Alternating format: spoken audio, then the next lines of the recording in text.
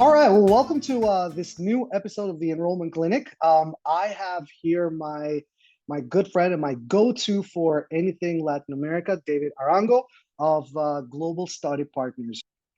Well, thank you, first of all, Georgie, for the invite, for being here with you today. It's really good to be here and to talk with you about Latin America. You know that I'm passionate about this region and where I'm focusing on at the moment at Global Study Partners. So the role is going pretty well. So we've put together an amazing team, and we've hit the road on events and on different type of engagement activities with our agents. So it's going extremely well. Really happy about that.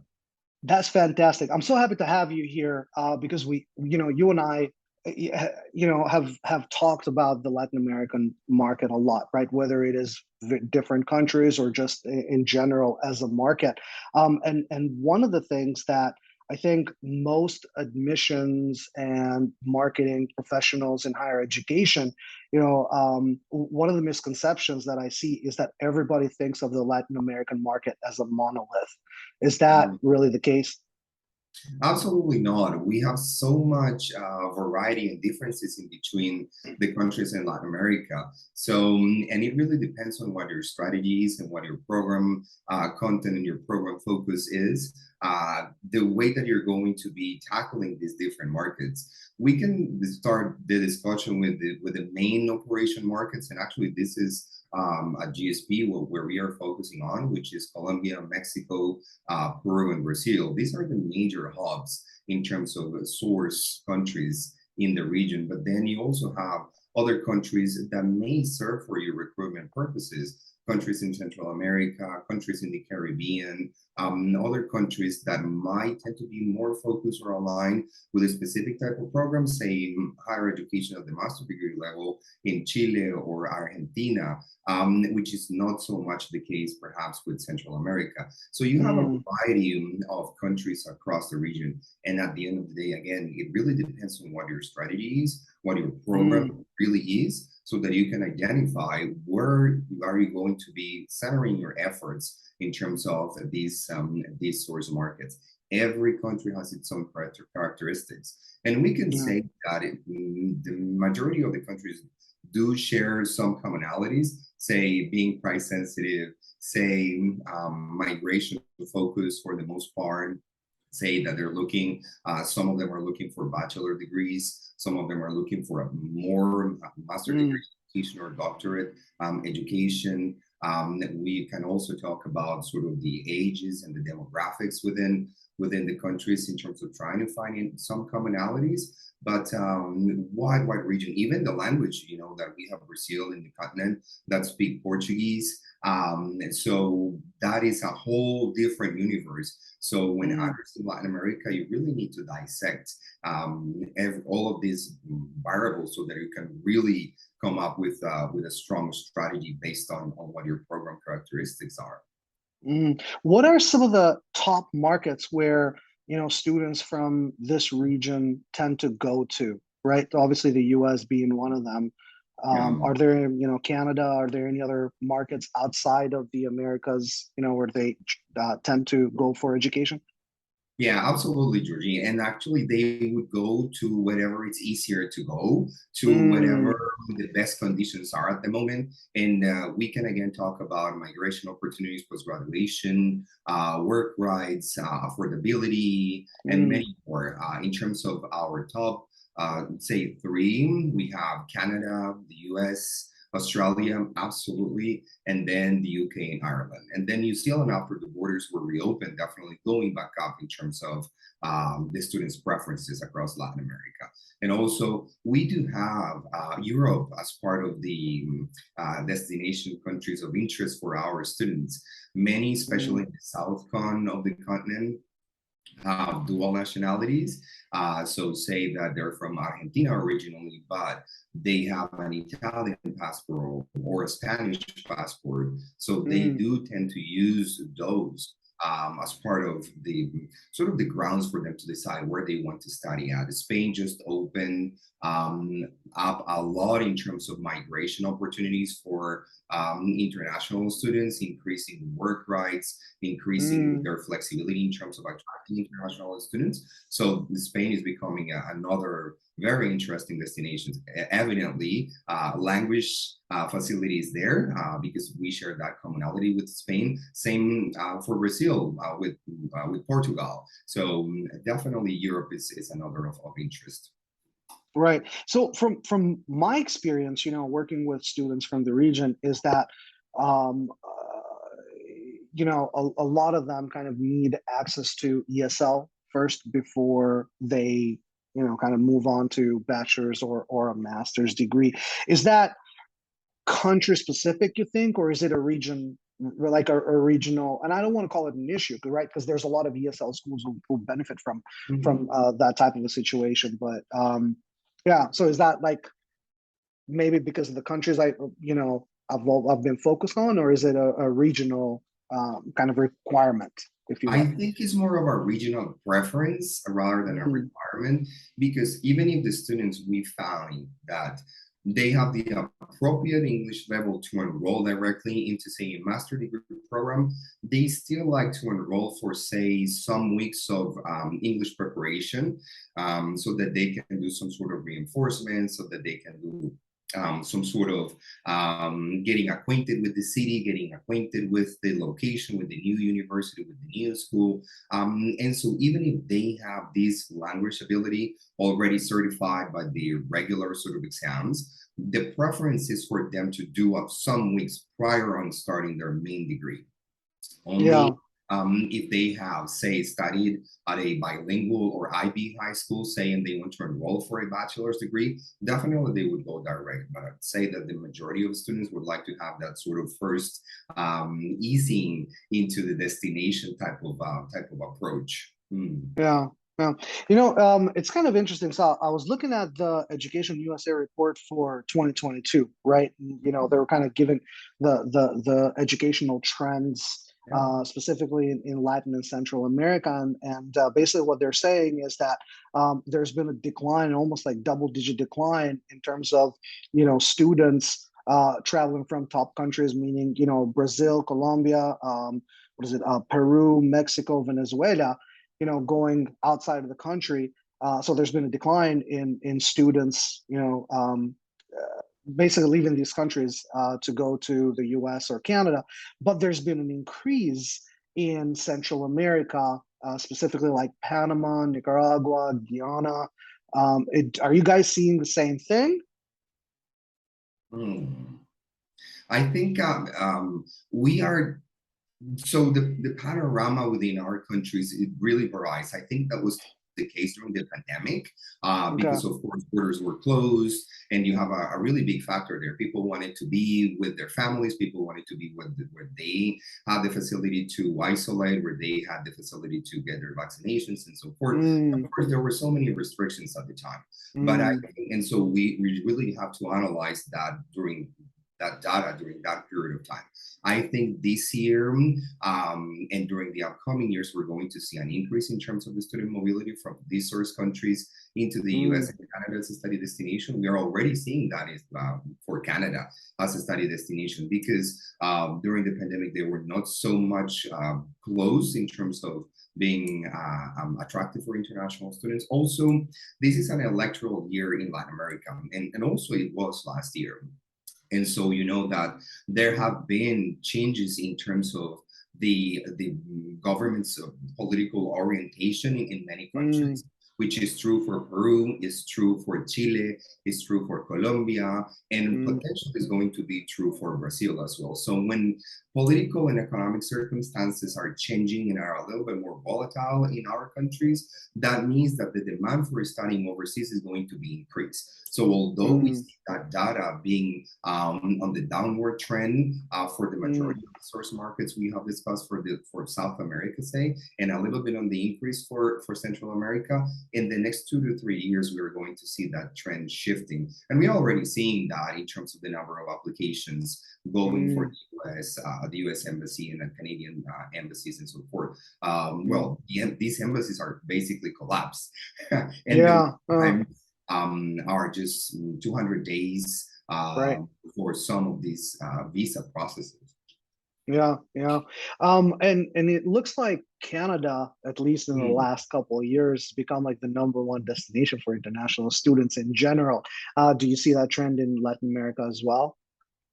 Yes, absolutely. And the reason, I think there are a couple of items in there. First up, post-graduation work rights. How Mm, amicable Canada is for migration. They have set these migration targets quite clearly and loudly, and that has resonated across the world. And the other factor, I think, is that they were definitely mostly open during the pandemic with some restrictions, and the exchange rate, I think, is more favorable for against local currencies in Latin America. mm. And do do students in Latin America kind of differentiate between kind of a U.S. diploma versus a Canadian diploma, or is just purely, um, what their trajectory would be after they graduate in these countries? Yes, absolutely. I think is what happens afterwards, and what my personal objectives are as an international student. Mm, Some students would are sponsored from their company, so they're more of short term or medium term type of students.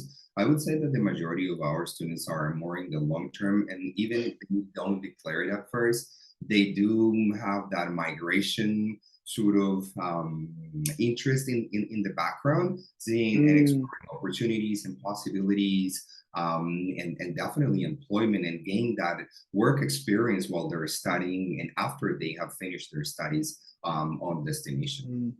Mm, mm. Okay, well, let's shift gears a little bit and talk a little bit about um, um, global study partners, right? So, and what I want to focus on is it just seems to me in the Yeah. past few years like the industry has been kind of gravitating towards consolidation, right? So you don't have thousands of individual agents across the globe. You have these big companies now that are kind of like consolidation companies, and and GSP is definitely one of the big players in the market. Where do you see this agent market kind of going in the next, let's say 5 to 10 years? Hmm. Yeah, that's a really interesting question. And now being able to speak from the ed tech or from the aggregator side, I think what our job and what the aggregator duty is to get in the market as a disruptor, to make it, to democratize the education Mm, industry a little bit more, to allow access to those small and medium-sized agents that are good in quality, that have good reputation, but that doesn't have, because of the size and because of the stage of development they are in, to different types of universities or different type of programs for their students. So at the end of the day, what we are doing is to support these agencies to have access, and students to have access to quality education. And for mm, us at Global Study Partners, it's all about that. It's about students at the center. It's about partners at the center, and offering good quality programs, offering high conversion rates, and really support and have within our environment, our system, universities that are in colleges and language centers that are high in quality, that really fulfill those needs of the students looking to study overseas. So I think aggregators have become and are going to become the norm, because another of the repercussions of the pandemic, if you want to call it that, is that many institutions worldwide had to cut agents, either mm, because the agents didn't longer exist, or because they just had lesser number of staff members to manage these relationships. And so the aggregators came on board to really support that. And I always like to see ourselves as another arm of the recruitment team of any of the universities that we partner with, mm, and by any means competing with what they are doing, but offering additional services and offering this knowledge that we have, from being on the ground in the market, and in our case in Latin America, having booths in Brazil, in Colombia, in Peru, and in Mexico. So I think that's part of the role of aggregators. And I think, and you'll see that every month you'll see new aggregators coming online, and with different types of characteristics, different segments that they want to address, and sort of different needs that they want to address. So it's really interesting to see that dynamic from the aggregator's perspective. And from an operator standpoint, right? I think the huge benefit of working with aggregators is, one, it completely reduces the amount of time that you have to deal with agents, right? Rather than working with I was talking to somebody from another university, and they have 300, 350 agents, individual agents that they work with, and you need 5 people to just work specifically with those 350 agents, right? So when you're working directly with an aggregator, kind of the benefit is, one, you have one point of contact for thousands of agents across the globe. One, two, it gives you a better way to, one, protect your brand, right? Because if you can immediately see kind of like the bad actors, and the aggregator will take action right away, right?